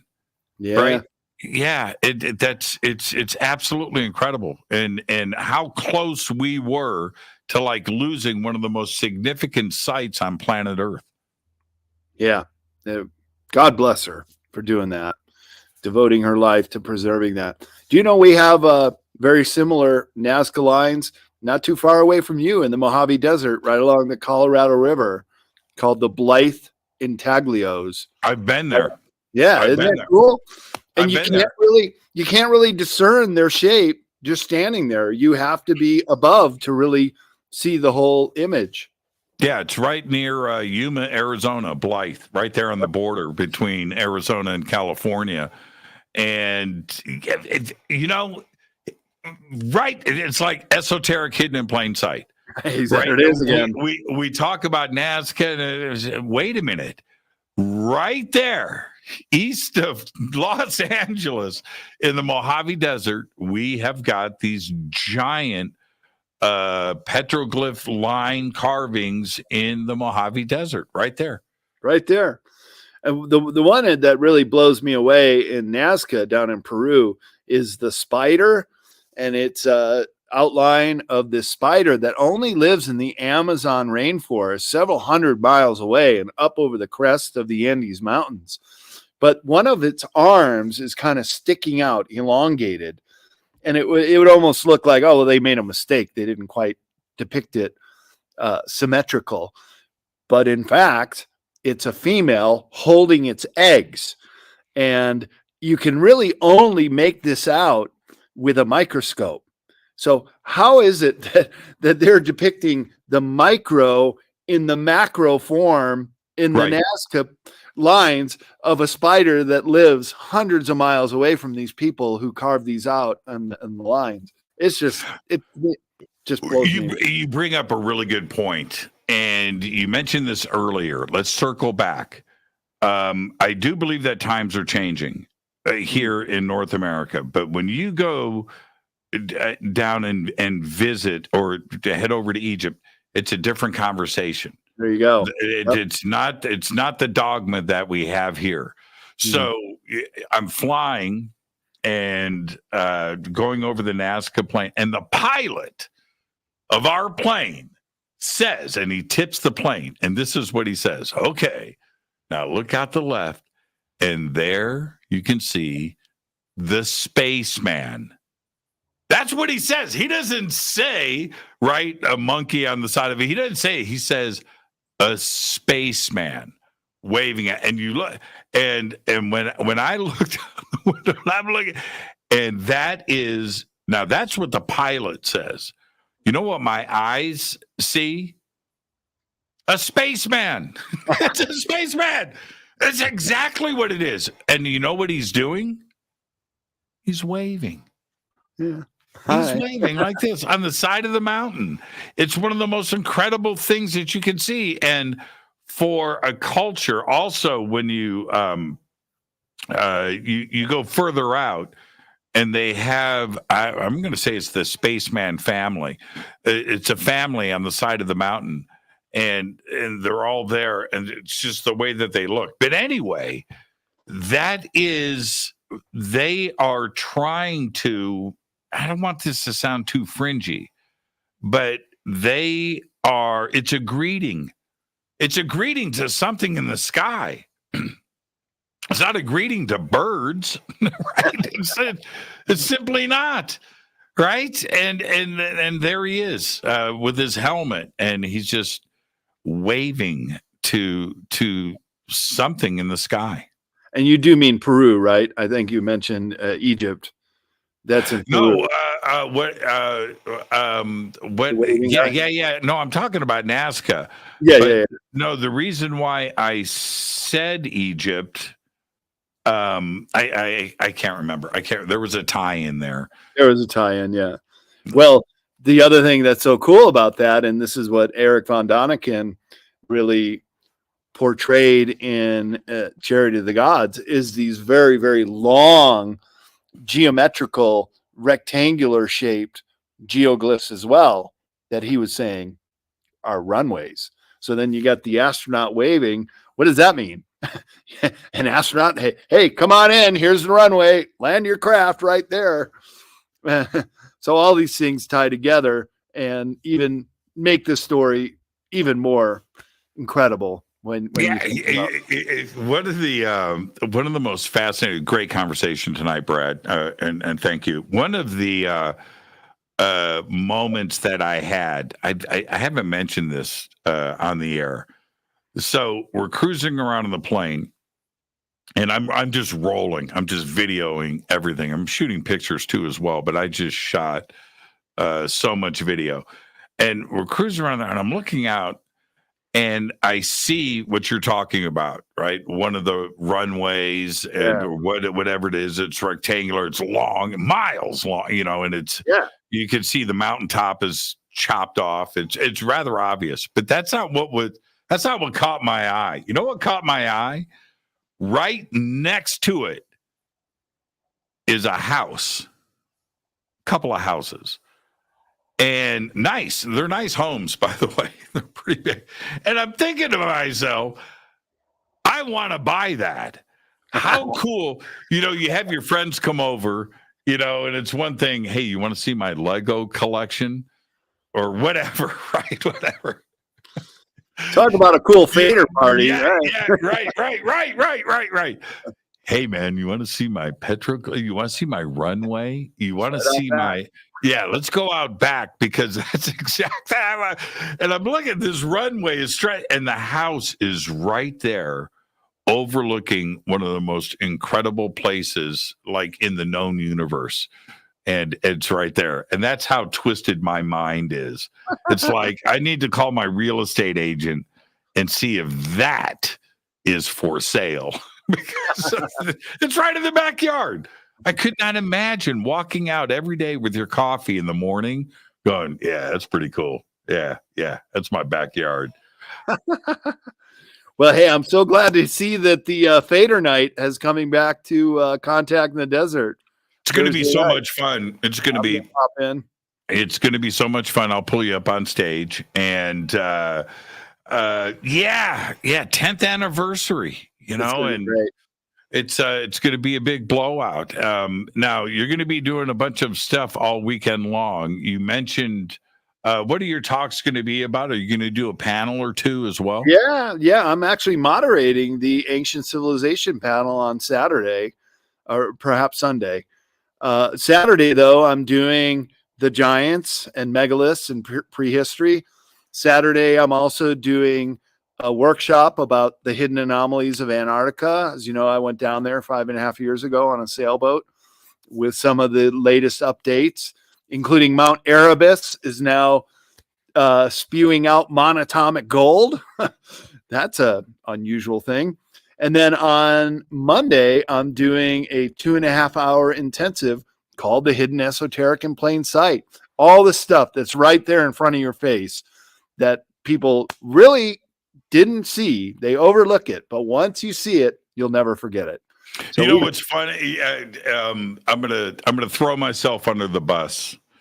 I remember one of the great conversations and opportunities. So this is what happens, everybody. This is at Contact in the Desert. This is 5 years ago, maybe 6 years ago. Brad comes up to me and he goes, "Okay, Jimmy, I'm going to Antarctica. I want you to come with me." And you remember that. And I go, get back to me. I'm kind of it's one of those things where you hear somebody say something like that. I'm going to go to Antarctica. You're like, yeah, okay, yeah, whatever. You will. And it was like 8 months later, Brad's in Antarctica, and I could have gone, and I just did Antarctica, right? Who pulls that off? But you did. You pulled that off, and you went down there. That was absolutely incredible, and I'll never forget it. You were right there, man, and you said, "Come on, man, I'm going to do this." I was like, "Yeah, right, whatever." How incredible was that, man? Now, and you ended up you took a sailboat. It wasn't like you were on a cruise liner. Nope. No, you took a sailboat to Antarctica. Well, I'll tell you, Jimmy, that trip kicked my ass. It was not easy at all. We got violently seasick going down there and crossing the Drake Passage. I think I lost 25 pounds on that trip because I wasn't eating for 5 days and just puking everything up. But once we got there, it was smooth sailing. And then, oh my God, it is like you're on an alien planet. It's nothing like it anywhere on planet Earth to see just a totally frozen continent. Nothing green, no trees, no bushes. It's just black, white, and blue. Those are the only colors you really see down there. And it's even the animals, the penguins and the whales and the seals are black and white. The mountains are black. Just these dramatic peaks on the Palmer Peninsula with glaciers in the middle. And the sky is blue and the ocean's blue and the white clouds. It's so unusual. And I might have the opportunity to go back there. So maybe that invitation still stands with you, Jimmy, because I got a venture capital company that is raising the funds to go back there and make a documentary. They're called VC Cross, and they have put together a deck, and they're promoting it and sending it around to venture capital groups. We've already got one VC company that said they'll match the funds. So we're going for 10 million on this, but I want to do a documentary to all the incredible places that we've heard of down there.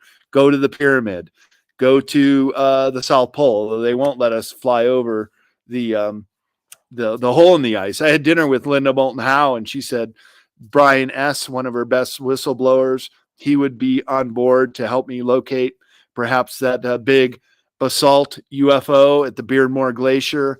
And of course, I want to go to New Schwabenland. And I know where base 211 was in the Schumacher Hills, in an area called an Antarctic oasis. I'll bring this up in my workshop if people are interested in this. Tell them about these Schumacher ponds, these geothermal ponds that never freeze.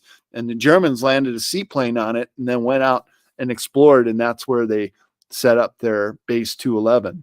So wouldn't that be the coolest documentary of all time? Yeah, it would. There is... I would love to be a part of it. There is a documentary called Dude, Where's My Jet? It's a 3-part documentary, and it's about Pepsi and a Harrier jet and this kid. Okay, that's what it's about. But the kid, who's now an adult, but back then he was the guide for mountaineers.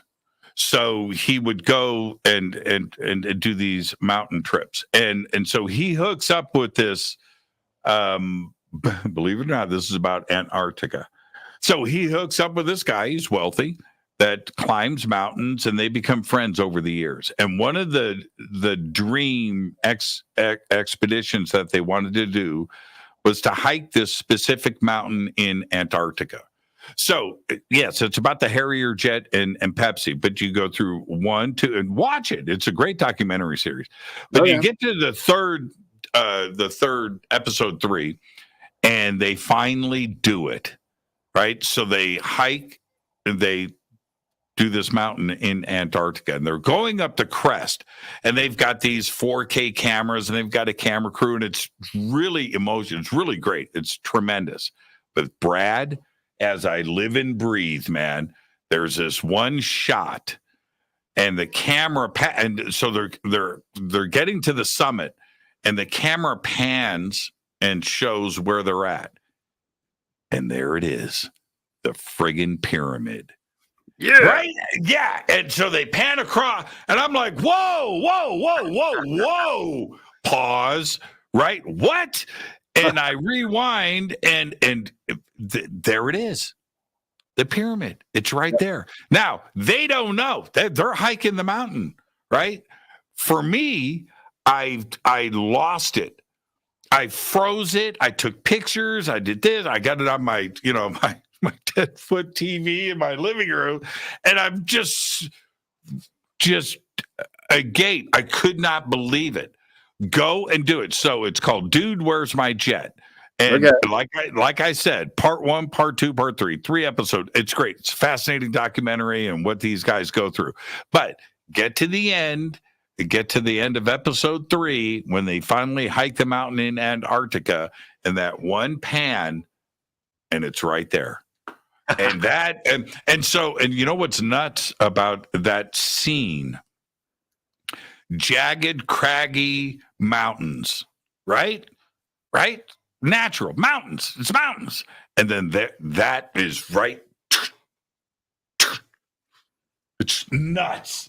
It's nuts. Dude, Where's My Jet? I'm telling everybody, watch that documentary. Watch it. It's a great documentary, but get to part 3 and you'll see that pyramid in high definition. Yep. Yeah, it's in the Ellsworth mountain range. I know exactly where it's at. So yeah, we want to check out the pyramid. Look, if it turns out to just be a non-attack or an attractive mountain, well, so be it. But what if it was intelligently built? That's a total game changer. Hey, look, this isn't Google Earth, Brad. Go watch the documentary. They captured it. It's right there. This isn't Google Earth. It's right there. And it's an impossible site to get to. But this, wealthy individual paid to go and get to the summit. And that one shot, that one pan, it's incredible. Brad, I'll see you 1 week from tonight, Palm Springs, Contact in the Desert. And 4 weeks from today at Disclosure Fest. Disclosure Fest at Castaic Lake, Stairway to the Stars. Thank you so much, Brad. You're the absolute very best, my friend. Oh, it was a wonderful talk with you, Jimmy, as per usual. Can't wait to see you next week and all the other conferences we're at. You got it, Brad. Behave and be well, my friend. Thanks, man. Brad Olson. Brad's links are below. CCCP Publishing, and of course, BradOlson.com. I am your host, Jimmy Church. That wraps another great week here on Fade to Black. It has been a good one. And this is it. This is my Friday. So, yeah, I've got to go and work all weekend. But I'll see everybody on Monday. There will be no show next Thursday, because next Thursday I will be out in Palm Springs for Contact in the Desert. So get your tickets. Come and hang out with us next Thursday night, a week from tonight, at Contact in the Desert. Fade to Black is produced by Hilton J. Palm, Renee Newman, and Michelle Freed. Thank you, Bill. Thank you, Jonathan. Thank you, Jessica. Thank you, Dex. Thank you, Dennis. Thank you, Kevin. Webmaster is Drew the Geek. Music, Doug Aldrich. Intro, Spaceboy. SpaceboyMusic.com. Fade to Black is produced by KJCR for the Game Changer Network. And this broadcast is owned and copyrighted 2024 by Fade to Black and the Game Changer Network, Inc. It cannot be rebroadcast, downloaded, copied, or used anywhere in the known universe without written permission from Fade to Black of the Game Changer Network. I'm your host, Jimmy Church. Everybody have a great, safe, fun, and amazing weekend. I'll see you right here on Monday. Go Beckley Teppy.